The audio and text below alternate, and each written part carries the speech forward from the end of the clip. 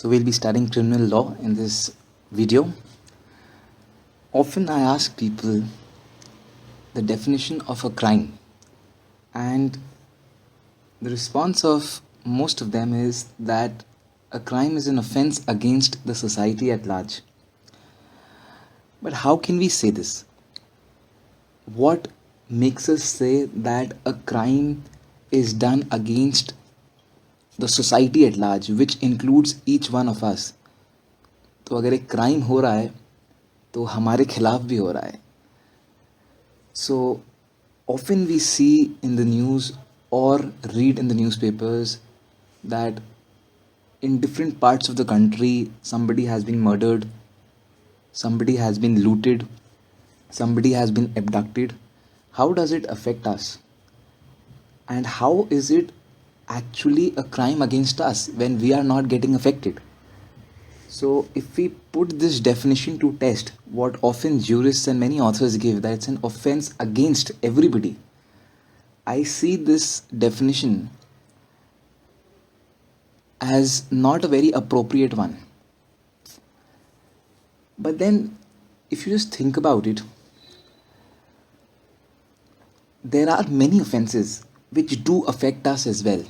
For instance, some years back, the Delhi gang rape was one crime which brought everybody to the streets and everybody was protesting against it, and it affected everyone. So how is it that some crimes do affect us and some crimes do not affect us? So herein lies this paradox. It would not be correct to say that one offense which affects us is actually a wrong against us, and the other which does not affect us is not a wrong against us. The thing is, we choose sometimes to be not affected by crimes. आजकल इतनी गिरावट आ गई है नैतिकता में कि हमें फ़र्क ही नहीं पड़ता कि बगल में क्या हो रहा है. Forget about things happening in different states or different parts of the country. So when we say that a crime is actually an offense against the society at large, it is actually a crime against each one of us because it causes alarm in the society. The fact that we don't choose to get affected by it is a different thing. Another question.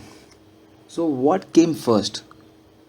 A crime happened first, or was it the criminal law which came first? अक्सर मैंने एक question लोगों से पूछा है, and often people make the classic mistake of saying that it's always the crime which comes first or which happens first. I believe that would be an incorrect proposition.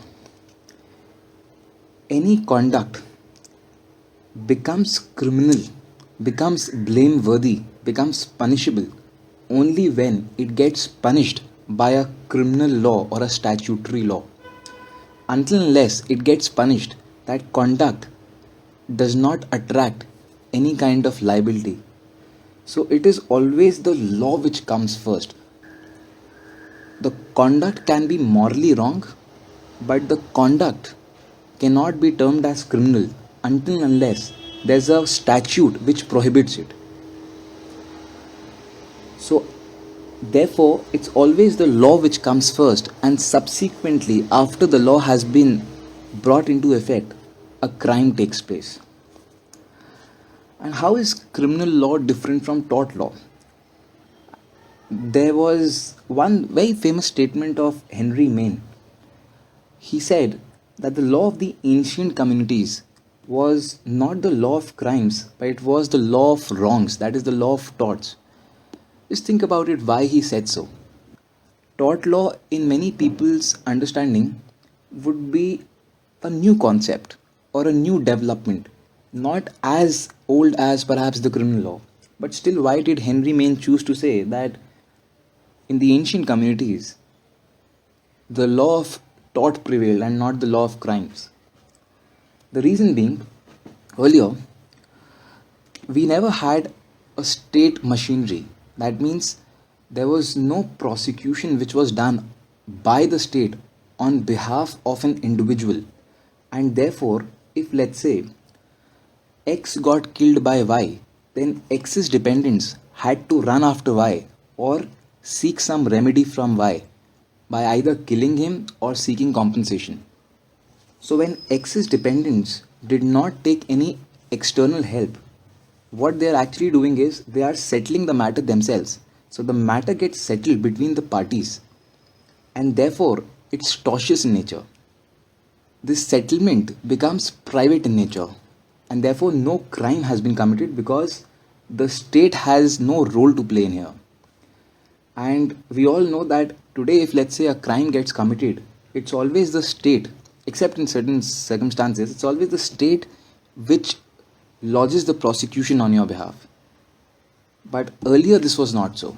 So, this made Henry Maine make this statement that the law of the ancient communities was not the law of crimes but the law of torts. Now, come to some factual situations. And through these factual situations, I'll try to explain you the concept of mens rea, which is also, in other words, called guilty mind. So we have a person named Salman over here, and Salman is accompanied by another person who is X's neighbor. Now, X and the neighbor are rivals. It so happens that they have gone to a forest to hunt, all of them. And behind a bush, X is, let's say, doing something, or he's sitting, or he's relaxing. The neighbor asks Salman to shoot without knowing about X. Salman shoots, X dies. What is the liability? In the second factual situation, the neighbor asks Salman to shoot, knowing very well that X was behind the bush, but he tells Salman that it's a black buck. So Salman, in this case also, thinking that whatever movement is happening behind the bush is being done by a black buck, shoots and ends up killing X. Just like in the first factual situation.